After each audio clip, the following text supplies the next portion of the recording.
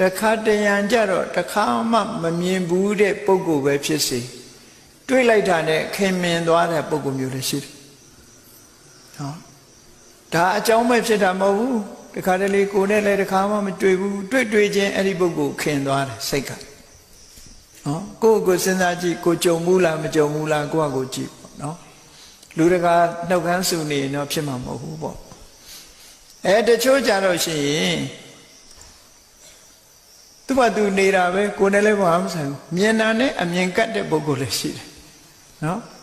မြင်လိုက်တာနဲ့အမြင်ကတ်နေတဲ့ပုဂ္ဂိုလ်လည်းရှိတယ်အဲ့ဒါတွေဟာရှုပ်ဝက်တဲ့အတိတ်အကြောင်းအရာတွေရှိနေတယ်ဆိုတာကိုသတိထားဖို့သူ့ဟာသူဖြစ်တာမဟုတ်ဘူးနော်မသိစိတ်ကဆိုလေပြောမယ်ဆိုရင်ခုခေတ်စကားနဲ့ပြောမသိစိတ်ကလှုံ့ဆော်ပေးနေတာခါတလေအလိုလိုမုန်းအဲ့လူမြင်တာနဲ့မုန်းအဲ့ဒါအတိတ်ကတန်တရာကအမုန်းတွေကလည်းပါလာတတ်တယ်တန်တရာကမေတ္တာတွေကလည်းပါလာတတ်တယ်ဒါကြောင့်မို့တုံးနဲ့တူခင်းနေမင်းနေဆိုတဲ့နေရာမှာပုပ္ပေဝတန်လိဝသေနပစ္စုပန္နဟိတေနဝါဆိုတဲ့ရသော်ဘုရားကအကြောင်းတစ်ခုရှာပြထားတယ်အတိတ်တုန်းကတူတူနေခဲ့တယ်ခင်ခင်မင်မင်နေခဲ့တဲ့ပုဂ္ဂိုလ်တွေဟာဒီဘဝမှာမြင်လိုက်တာနဲ့ခင်မင်နေနော်ပစ္စုပန္နဟိတတူနဲ့တူကူညီမှုတယ်လက်ရှိဘဝမှာမေတ္တာသက်ဝင်ခုခေတ်မှာအသစ်ဖြစ်တယ်ဆိုလို့ရှိရင်လေခင်မင်မှုတွေဖြစ်တယ်အဲ့ဒါလိုပဲအတိတ်ဘဝတုန်းကယံဖြစ်ခဲ့ဘူးတယ်ဆိုတဲ့ပုဂ္ဂိုလ်ဟာလေဒီဘဝလည်းပဲယံညှိုးဖြစ်နေတာမြတ်စွာဘုရားနဲ့ဒေဝရပဲကြည့်ဒေဝရရဲ့စိတ်ထဲမှာမြတ်စွာဘုရားပေါ်မှာကြည့်မရဘူးအလိုလိုမုန်းနေတာတန်တရာကအမုန်းလို့ခေါ်တယ်မြတ်စွာဘုရားကတော့ငကိုယ်တည်းအသူ့ကိုတီးခန့်တယ်ခွင့်လွတ်တယ်တီးခန့်ခွင့်လွတ်ထားသည့်အတွက်ကြောင့်မြတ်စွာဘုရားကတော့ဒေဝရကိုမုန်းတယ်ဆိုစိတ်မရှိလို့ပဲသင်္ကန်းတွေပဲဝတ်ပေးထားတာပဲလေသူ့နှမတောင်ယူထားလိုက်သေးတာပဲမုန်းလို့တော့မဟုတ်တော့ဘူးเนาะအဲ့တော့ဒေဝတကသာတစ်ဖက်သက်မုန်းနေတာနောက်ဆုံးကြမှာအမုန်းဟာဖြေလျော့ပြီးတော့နောက်ဆုံးမှာမြေမြူတဲ့အချိန်ကျမှမြတ်စွာဘုရားကိုကြော့သွားပြီးတော့အမုန်းကြီးခြေသွားတာအမျက်တော်ဖြေဆိုတာအဲ့ဒီမှာပဲပေါ့เนาะသူရဲ့အမျက်ဒေါသတွေကအဲ့ဒီအချိန်မှာအမုန်းတွေကုံဆုံးသွားတယ်တန်တရာကအမုန်းဆိုတာအလွန်ကြောက်စရာကောင်းတယ်ဒါကြောင့်မို့ဒီဘဝမှာမုန်းတဲ့လူမရှိအောင်တတိထားနေကြဖို့လိုတယ်ပေါ့မုန်းတဲ့လူမရှိစေနဲ့ရှိလို့ရှိရင်တန်တရာကအမုန်းဖြစ်သွားလိမ့်မယ်မတည့်တဲ့လူမရှိစေနဲ့မတည့်တဲ့လူရှိလို့ရှိရင်ဥပေက္ခာကိုကျင့်သုံးလိုက်မေ့ထားလိုက်နော်မေ့ထားလိုက်သူလှုပ်တာတွေပေါ်မှာတောင်းတွင်းတွေလှုပ်မနေခက်တာကတန်ရောစဉ်ဆိုတာလူတွေကထင်းနေကြတာတဏှာပဲတန်ရောစဉ်လို့ထင်းနေတာအမုန်းကလည်းတန်ရောစဉ်ပဲအမုန်းတန်ရောစဉ်စဉ်းစားကြည့်လေကိုမုန်းတဲ့လူခဏခဏတတိယဟုတ်လားလူတွေကထင်တာကိုချစ်တဲ့လူပဲတတိယတယ်လို့ထင်တာပဲမုန်းတဲ့လူလည်းတတိယတာပဲအမုန်းနဲ့တတိယတာလေးသူကြတော့တကယ်ကတော့တန်ရောစဉ်က10မျိုးရှိတာဟုတ်အဲ့10မျိုးထဲမှာပဋိက္ခတန်ရောစဉ်ဆိုတာဒေါသနဲ့ဖြစ်တဲ့တန်ရောစဉ်တစ်ခုဘယ်တန်ရောစဉ်ဖြစ်ဖြစ်ကောင်းကျိုးချမ်းသာမပေးဘူးတဲ့ဒါကြောင့်တတိထားပြီးတော့ရှောင်ကျဉ်ရမှာဖြစ်တယ်ပေါ့ဝါဒနာနဲ့ဇယိုက်ဆိုးဆိုတဲ့နေရာမှာအခုလိုတီးတတ်တဲ့ဘဝမှာမကောင်းတဲ့ဝါဒနာတွေရှိရင်ဝါဒနာကိုမတားနဲ့လို့တော့မလုပ်နဲ့တားသင့်တားရမယ်ပေါ့ဒီလိုဖြစ်ရမကောင်းတဲ့ဝါဒနာဆိုရင်ဆက်ပြီးတော့မလုပ်နေနဲ့လုပ်ရင်ဝါဒနာတချို့ကမလေးဝါဒနာပါလို့လုပ်တယ်ဆိုပြီးတော့ကောင်းတာဝါဒနာပါရင်တော့တော်ပါတယ်မကောင်းတာဝါဒနာပါနေဘယ်လိုလုပ်အဲ့တော့ကောင်းမကောင်းကိုပါတဲ့ဝါဒနာဒီသူများကိုထိခိုက်သလားကိုအကျိုးထိခိုက်သလားဆိုတာကိုစွန့်တဲ့နံစွန့်ပြီးတော့ဝါဒနာကိုဖျောက်တဲ့နံဖျောက်ကောင်းတဲ့ဝါဒနာတွေနဲ့အစားထိုးပြီးတော့မကောင်းတာကိုဖယ်ရှားပြစ်ရမယ်ဝါဒနာဆိုတဲ့ခေါက်ရိုးကြီးကျိုးနေလို့ကတော့မဖြစ်ဘူးတဲ့နော်မကောင်းတဲ့အလေးချင်းတွေကိုသိတဲ့ဘဝမှာပြင်မပြင်လို့ရှိရင်နောက်ဘဝဆက်ပါနေဥမှာပဲ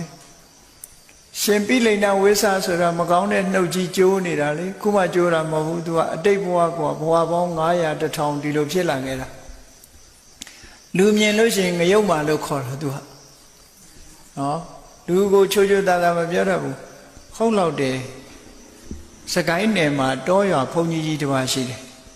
အဲ့ဒီဘုန်းကြီးက တွေ့လို့ရှိရင် तू နှုတ်ဆက်တာ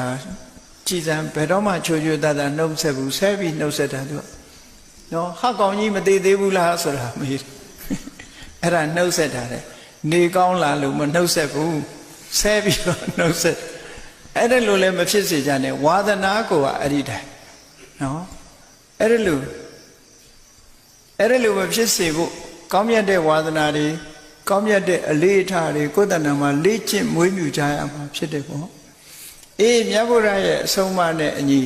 ချမ်းသာဒုက္ခကိုရှားတယ်ဆိုတာဘာနဲ့ရှားရမှာလဲဘာနဲ့ရှားရမှာလဲလို့ဆိုရင်မြတ်စွာဘုရားကသူခောပုံညတဥစ္စယောကုသိုလ်ကောင်းမှုတွေစုဆောင်းပြီးရင်ချမ်းသာပါတယ်လို့ဟောတော့ကုသိုလ်ကောင်းမှုနဲ့ရှားပေါ့ခုနကပြောသလိုတရားတွေကိုညှင်းဆဲပြီးတော့ချမ်းသာဒုက္ခကိုမရှာနဲ့သူများဒုက္ခရောက်အောင်လုပ်ပြီးတော့ချမ်းသာဒုက္ခကိုမရှာနဲ့ဆိုတဲ့ဒီအတွေးအခေါ်မြတ်စွာဘုရားရဲ့အဆုံးအမတွေမိမိရဲ့ရင်ထဲနှလုံးထဲမှာစွဲသွားအောင်မှတ်ထားနောက်ဘဝလည်းဘယ်တော့မှသူများမျက်ရည်ကျအောင်လုပ်ပြီးချမ်းသာတာသူများဒုက္ခရောက်အောင်လုပ်ပြီးမှချမ်းသာတာမျိုးဒါမျိုးတွေမဖြစ်သင့်ဘူးလို့ဒီလိုဆိုတာပေါ့နော်အများကိုကောင်းကျိုးချမ်းသာဖြစ်စေပြီးတော့ကိုယ်ချမ်းသာဒုက္ခရအောင်ကြိုးစားအထောက်ရောင်းတာဝယ်တာဆိုတာတောင်မှပဲကြည့်နေပစ္စည်းကိုမှန်မှန်ကန်ကန်ရောင်းတယ်မှန်မှန်ကန်ကန်ပေးတယ်တရားတမိုးပေးတယ်ဆိုဝယ်တဲ့လူလည်းစိတ်ချမ်းသာကိုယ်လည်းစိတ်ချမ်းသာဟောကောင်းတဲ့နည်းနဲ့စီးပွားရှာတာလေအဲ့လိုပုဂ္ဂိုလ်တွေလည်းအများကြီးရှိပါမရှိဘူးမဟုတ်ရှိတရားသဖြင့်စီးပွားရှာလို့ရသွားတဲ့ပုဂ္ဂိုလ်ဟာလည်းစိတ်ချမ်းသာမှုရှိအဲ့ဒါလို့လောက်ရဝယ်သူရောရောင်းသူရောညစ်ပတ်တဲ့စိတ်တော့မထားရဘူးတခါတည်းရင်ရောင်းတဲ့သူကစိတ်ကောင်းရှိတော့လဲဝယ်တဲ့သူကစိတ်ကောင်းမရှိတာလဲရှိနိုင်သေးတယ်ဒါကတော့မင်းကောင်းရင်ငါမဆိုးပါဘူးလို့မပြောနဲ့မင်းမကောင်းလဲငါမဆိုးပါဘူးပဲပြောရမှာပဲเนาะသူကောင်းကောင်းမကောင်းကောင်းကိုနဲ့မဆိုင်ဘူးကိုကောင်းအောင်လုပ်မယ်ဆိုစိတ်ဓာတ်ကိုထားမြတ်စွာဘုရားဟောတဲ့တန်လေခသုတ်တံမှာအဲ့ဒီတိုင်းပဲမြတ်စွာဘုရားသူကောင်းကောင်းမကောင်းကောင်းငါကောင်းမယ်သူမကောင်းတာနဲ့ငါနဲ့ဘာမှမဆိုင်ခုခေတ်လူတွေကတော့အဲ့လိုမဟုတ်ဘူးနော်မင်းကောင်းရင်ငါမဆိုးပါတဲ့မင်းဆိုးလို့ငါဆိုးတယ်ပေါ့အထိပ္ပယ်ကတော့နော်ပြီးတော့ချိန်ချောက်တဲ့စကားလေးကပါသေးတယ်တီးခံတယ်ဆိုတာအတိုင်းတာရှိတယ်နော်တဲ့အကုန်သိမခံမှုဆိုတဲ့အဓိပ္ပာယ်ချိန်ချောက်လိုက်သေးတယ်နော်အဲ့ဒါတွေကမှန်ကန်မှုမရှိဘူးမှန်ကန်မှုမရှိဘူးတီးခံတယ်ဆိုတာငါအတိုင်းတာမထားဘူးဒီလိုပြောမှပဲပို့ပြီးတဘာဝကြနော်တီးခံတယ်ဆိုတဲ့သဘောငါမှအကန့်အသတ်မထားဘူး